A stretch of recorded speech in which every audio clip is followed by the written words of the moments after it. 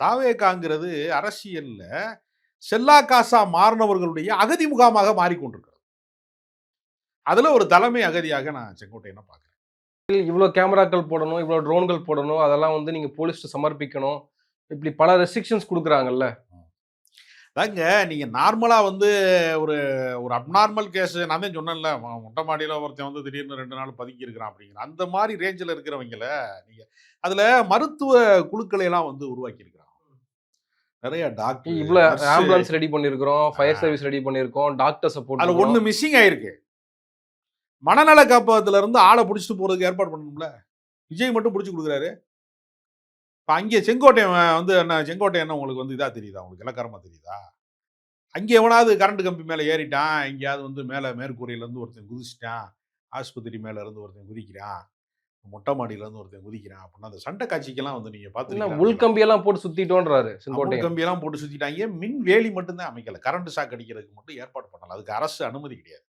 இது இருந்துச்சுன்னா current shock அடிச்சு சாகறதுக்கு ஏற்பாடு பண்ணணும். 42 பேர் செத்தது மாரி, அடுத்த மரணத்திற்கு அதாவது யமனுக்கு வந்து எரும மாடு வாகனங்கிறது வந்து புராண இதிகாச நம்பிக்கை.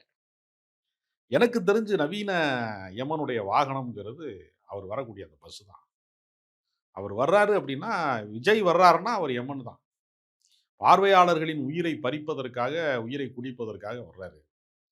வேற எந்த தலைவருக்குமே இப்படி ஒரு நிலைமை கிடையாது. ஏன்னா மற்றவர்கள் எல்லாம் கொள்கைகளை, கோட்பாடுகளை, சித்தாந்தங்களை நம்பி வர்றாங்க. இவர் ஒருவர் தான் திரை கவர்ச்சியை நம்பி வர்றாரு. பிறப்போக்கும் எல்லா உயிருக்குங்கிறத எங்க கொள்கைன்னு சொல்லக்கூடிய ஒரு கட்சிக்காரன், வெறுப்பு அரசியல் எங்களுக்கு வந்து விரோதின்னு சொல்லக்கூடியவன், வெறுப்பு அரசியலை பரப்புகிற இடத்துல களத்துல வந்து ஒருத்தன் நிக்கலையேங்க. ஒரு தாவேகாக்காரன் வந்து நிக்கல. ஒரு அறிக்கை கூட அந்த அந்த சமகாலத்துல வர்றதே இல்ல. எம்ஜிஆரோட பாயிண்ட் ஆஃப் வியூலயே யோசிக்கிறதுங்க. அப்ப த்ரிஷா சிஎம் ஆகிறதுக்கான வாய்ப்புகள் இருக்கு. திரிஷா தாங்க அடுத்து வந்து தாவேகாவினுடைய தலைவி. விஜய் வந்து ஒண்ணுமே கிடையாது. அப்படின்னு ஒரு நிலைமை வந்தா கூட அதை வர்ணிப்பதற்கும் ஆட்கள் இருக்காங்க. திராவிட செல்வின்னு சொல்றதுக்கு ஆள் வந்துருவாங்க. ஆனால் ஜனநாயகம் படம் ஒரு அரசியல் புரட்சியை உருவாக்கும். மக்கள் வெளியில வர மக்கள்லாம் வந்து கண்ணீரோட வருவாங்க.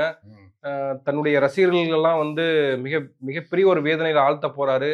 தன்னுடைய தலைவனை வந்து கடைசியா ஒரு திரைப்படத்துல ஸ்கிரீன்ல பார்க்க போறாங்க. ஜனநாயகம் கடைசி படம்னு உங்களுக்கு யார் சொன்னது? விஜய் தானே சொன்னாரு. அது வெளியில சொல்லப்பட்டது. அவர் வேள்பாரி கதை கட்டு வச்சிருக்காருங்க. சு வெங்கடேசனுடைய நாவலை சங்கர் எடுக்க போறாரு. அடுத்த படத்துக்கு ஷூட்டிங் போறாரு. அவர் ஜெயிக்க மாட்டாங்கிறது அவருக்கு தெரியும். அவரை நம்புறவனுக்கு வேணா தெரியாம இருக்கலாம். வேள்பாரி ஷூட்டிங் போறாருங்க விஜய்.